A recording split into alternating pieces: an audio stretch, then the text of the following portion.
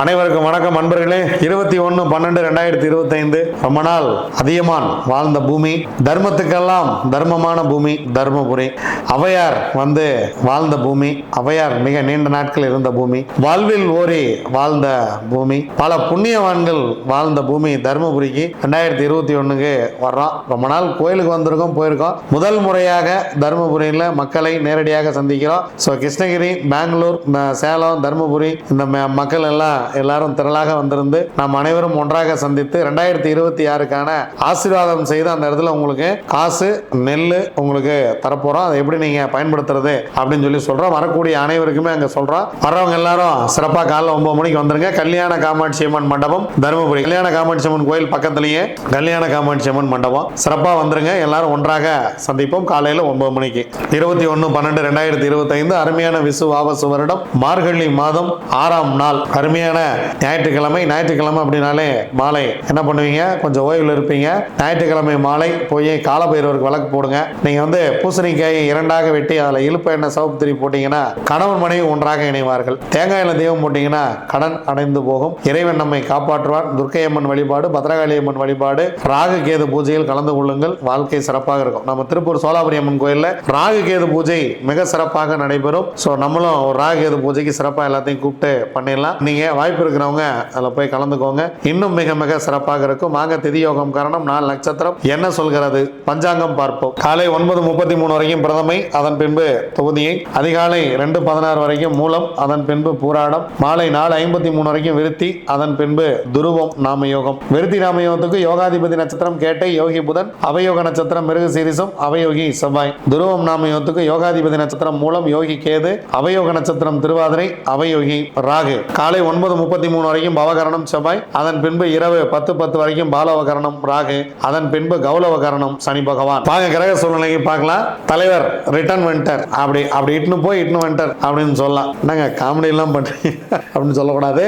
தலைவர் மீண்டும் மிதனத்துக்கு வந்துட்டார். அதிசார பேசில அப்படியே கடகத்துக்கு இட்டுன்னு போய் மீண்டும் மிதனத்துக்கு இட்டுன்னு வந்துட்டார் குரு. சோ குரு உச்சத்தில் இருந்தவர் மீண்டும் மிதனத்துக்கு வந்து விட்டார். கேது சிம்மத்தில், புதன் சுக்கிரன் விருச்சகத்தில், சூரியன் செவ்வாய் சந்திரன் 3 பேரும் ஒன்றாக எங்க தனுசுல அப்படியே மேல குருவை பார்க்கிறார். குரு இவர்களை பார்க்கிறார். குரு சூரியன் செவ்வாயை பார்க்கிறார். ராகு சதயத்தில், சனி பகவான் உத்தரட்டாதியில். வாங்க 27 நட்சத்திரங்களுக்கு உண்டான பஞ்சபட்சி ராசி பலன்களை பார்க்கலாம்.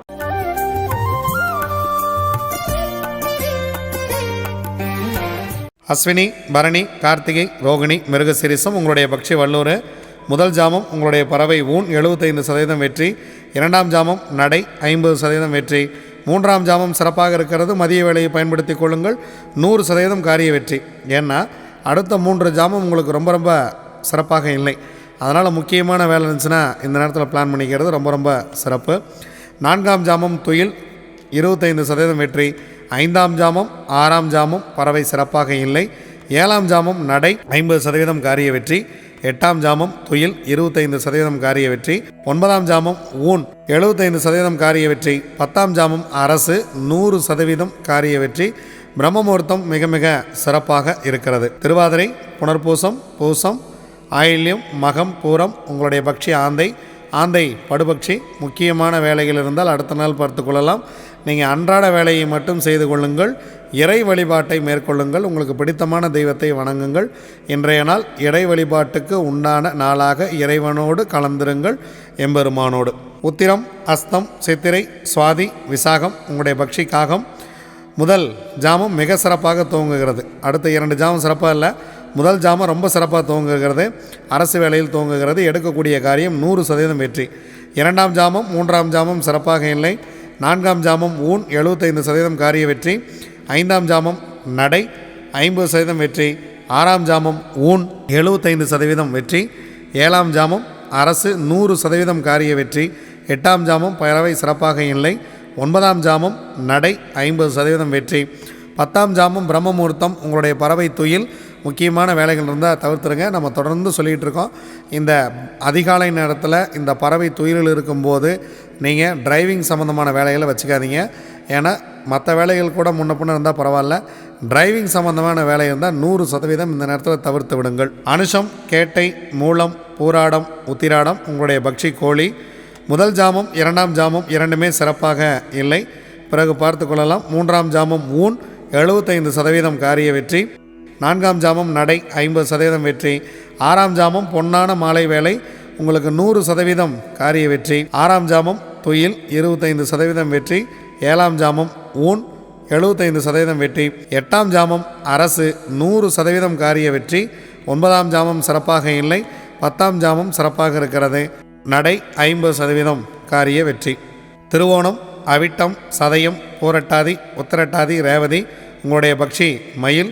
முதல் ஜாமம் உங்களுக்கு சிறப்பாக இல்லை. இறை வழிபாட்டோடு துவங்குங்கள் இந்த பொன்னான காலை வேளையை. 2ஆம் ஜாமம் ஊன் 75% வெற்றி. 3ஆம் ஜாமம் நடை 50% வெற்றி. 4ஆம் ஜாமம் இந்த மதிய வேளை சிறப்பாக இருக்கிறது, 100% காரிய வெற்றி. 5ஆம் ஜாமம் துயில் 25% வெற்றி. 6ஆம் ஜாமம் நடை 50% வெற்றி.